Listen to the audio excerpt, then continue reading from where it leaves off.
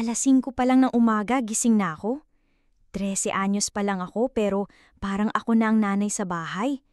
Habang tulog pa ang ibang bata, nagsisiga na ako ng kahoy para makapagluto ng lugaw.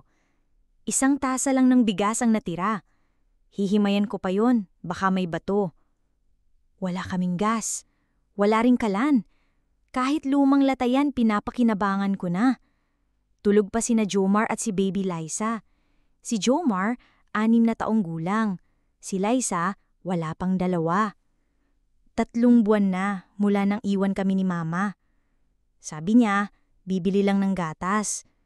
Pero hindi na siya bumalik. Wala kaming cellphone. Wala akong alam kundi ang maghintay.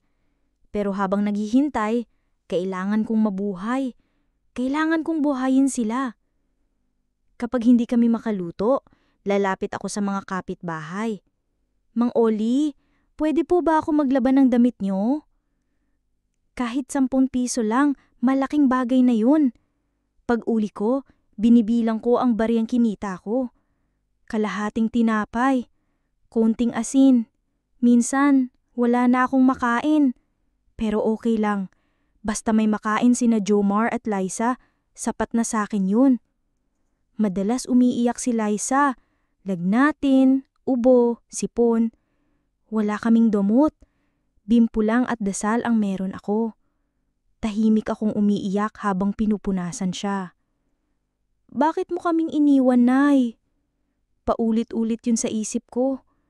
Hindi ko masabi sa mga kapatid ko ang lungkot ko. Ang takot ko.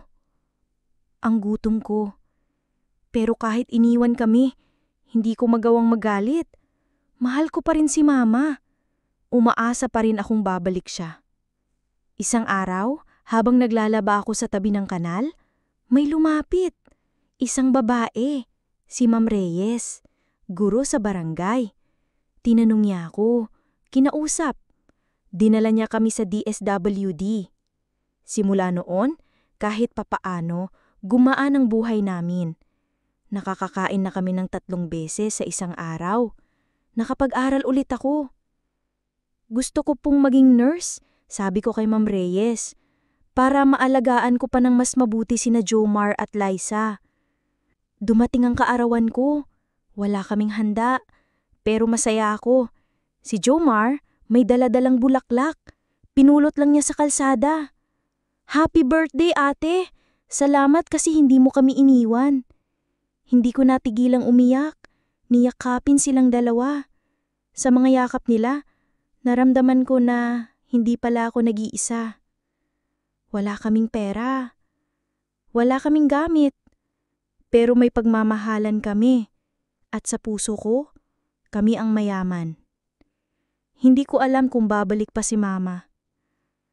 Pero natutunan ko na ang lakas ay hindi lang sa katawan.